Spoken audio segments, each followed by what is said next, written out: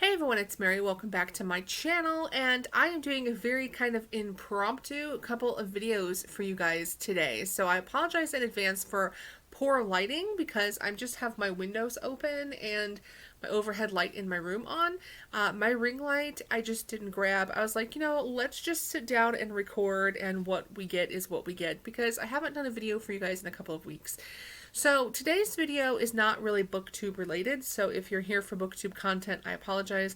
This is basically a big life update video. I do these periodically, and for those of you who are newer to my channel because you came for the booktube content, before I switched over to booktube, I was actually a cancer vlogger. So I was diagnosed with cancer in 2017, and I just kind of chronicled my journey through treatment, life after treatment, the mental health aspect of it, trying to lose weight, just a lot of different kind of like life vlogging type things.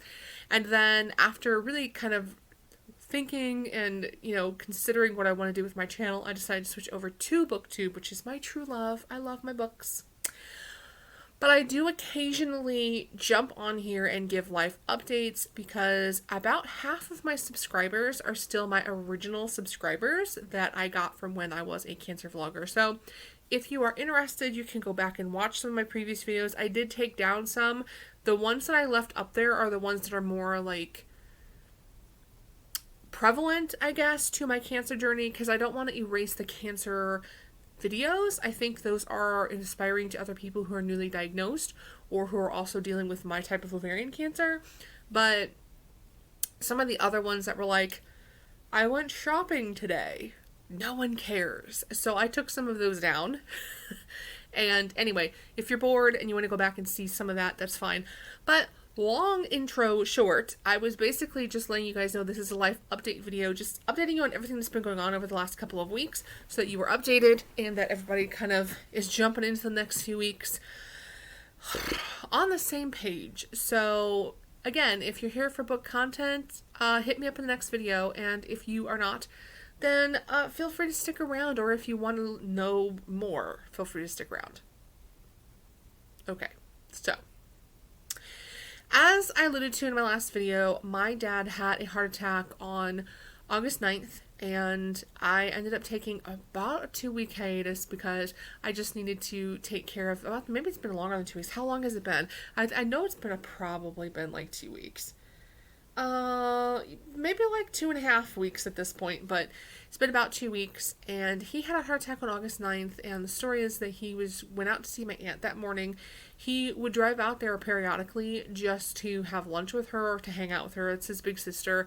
They're both up in age. She's like 75 and he's 73, and they do this quite often. Well, he had dropped her off and was on his way home when he had a blood clot that went to his heart and stopped his heart. And that's really scary because we didn't realize he had blood clots in his heart.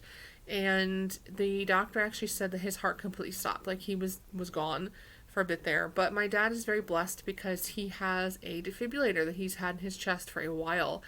And the defibrillator was able to shock him. It shocked him 8 times. Brought him back to life, but it was really touch and go for a few days there. He was in ICU. I know the first night that he was in the hospital, the doctor wasn't sure that he would survive, and he actually had called me at one point and told me to put my dad's affairs in order because they weren't sure that he was going to make it.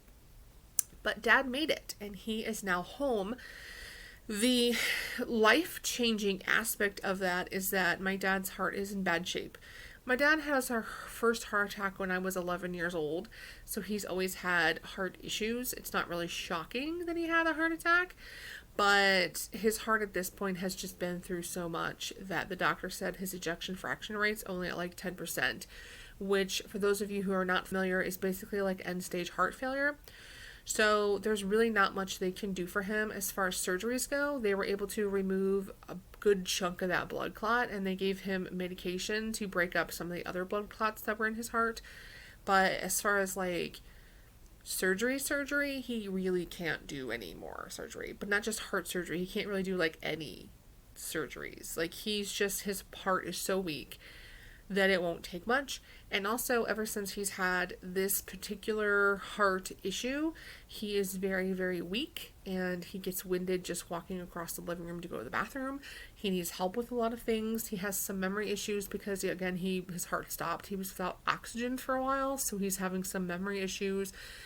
And it's been really difficult trying to navigate what life looks like now that he's unable to care for himself.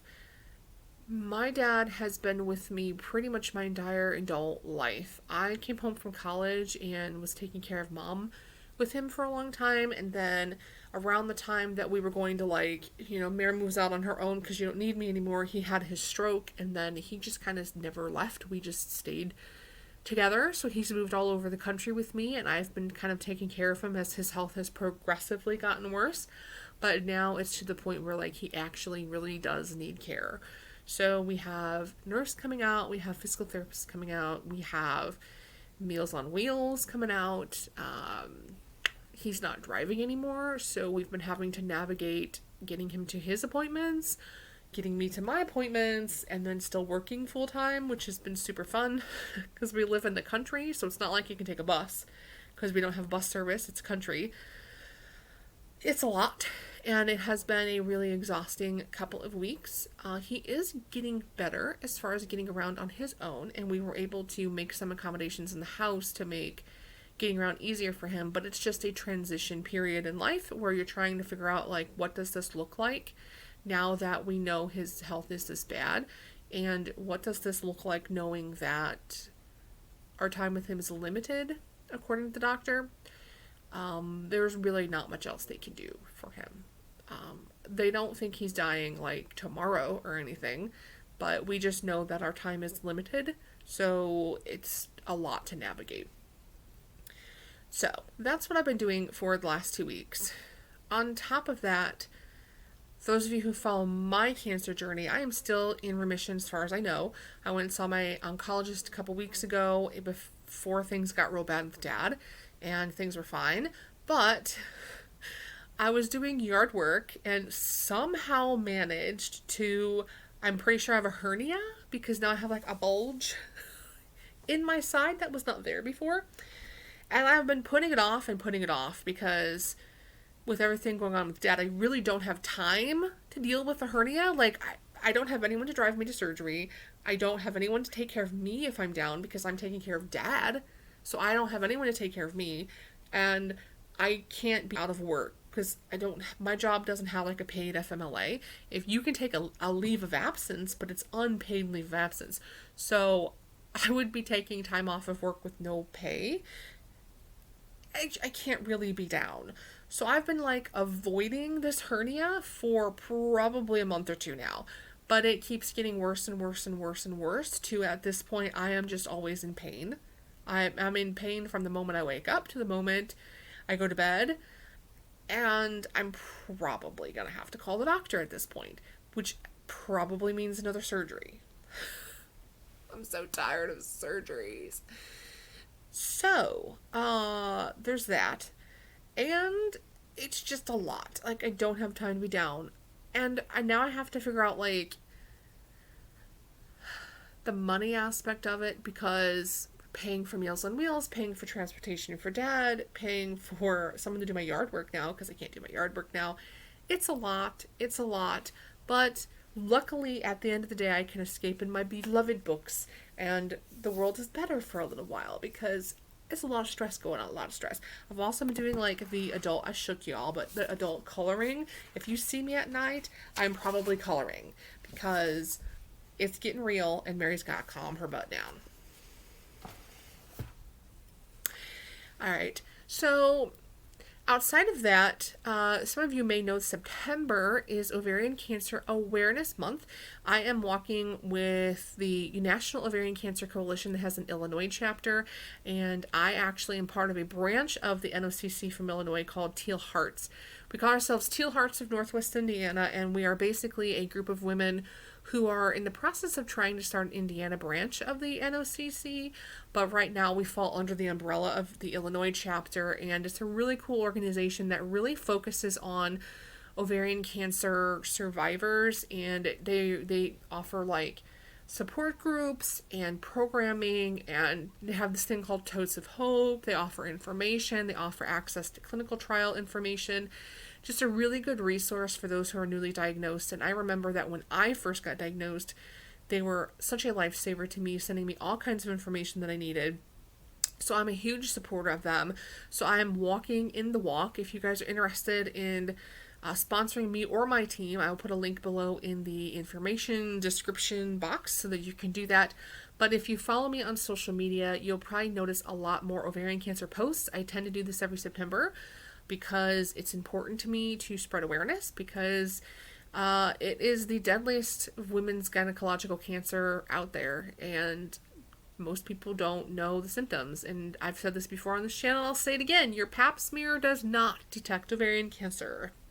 There is currently no test for ovarian cancer, so unless you know the symptoms, you don't know you have it. And it can mimic itself as things like IBS or Crohn's or gastrointestinal issues, and it's not. It's ovarian cancer. So if you follow me on social media, just an FYI, you will see a lot of ovarian cancer type content, and I may do a couple of videos on here that are like books that I read during treatment, that sort of thing.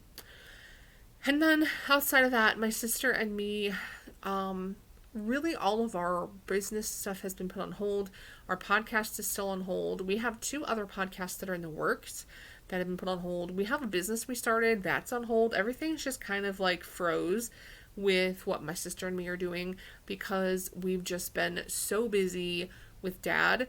And then because she also just started school and are dealing with all the fun about school and my niece being in school, and just her, it's a lot. And with Dad and everything else, we're like, let's just pause for now, we'll get back to it later. So we have that going on. The only other thing that I would say in this whole process that I've really been kind of reevaluating over the last few weeks is a couple of things. One, this is kind of going to get morbid and dark on you, but number one, that life is way shorter than you think it is. And I think when you deal with something like this, and I went through this when I first was diagnosed with cancer, but with Dad going through his thing, it was just kind of another wake-up call that life is very short. We take a lot of time for granted, and for so many years, I have really put my dreams on the back burner because of everything else. Trying to navigate working full-time, and I'm not married, so like the finances are my responsibility. Taking care of the house is my responsibility. Like, you spend so much time slaving to the 9-to-5 and getting your debt paid that you forget to live. And I think this has been a good reminder to me to quit putting some of my dreams on the back burner. Quit putting the fact that I really want to write on the back burner. Quit putting the fact that, I want to travel more. Obviously it's COVID, but once the pandemic is over, quit putting that on the back burner. Oh, we didn't take a family vacation because we paid off a credit card instead. No, take your vacation, because time is so short and so much more limited than what you think it is. So that has been very eye-opening. And then also just the emotional aspect of this for me, because it's really hard to imagine what life is going to look like without parents. I know that's kind of, some of you who've already been through this are like, oh, that's weird, but it's weird because even though I'm adult, you just don't realize, like, you're like, wow, I'm not in a few years not going to have a parent, and that's really weird. So that's been emotional and a little bit depressing as well. So it's been a tough couple of weeks, but things are starting to get a little bit more manageable for me. And I definitely have been doing a lot of reading, because reading is and always has been my escape. So I actually have a ton of books for August to talk through in my August wrap up. So we're going to be there for a minute. That video is going to be long, and in fact, I think I'm going to leave that video for next week, because I'm telling you, it's going to take me a minute to edit that video and to talk through all the books I've read for the month of August. So, thanks for letting me ramble and talk to you guys about life. Again, this is my life update. Let me know how you guys are doing, and I will be back on Friday. I'm actually recording, as we're sitting here, I'm going to record my book haul, and then I'll be back next week with my monthly wrap-up, and we will go from there. Alright guys, hope you're all doing well, and I will talk to you later.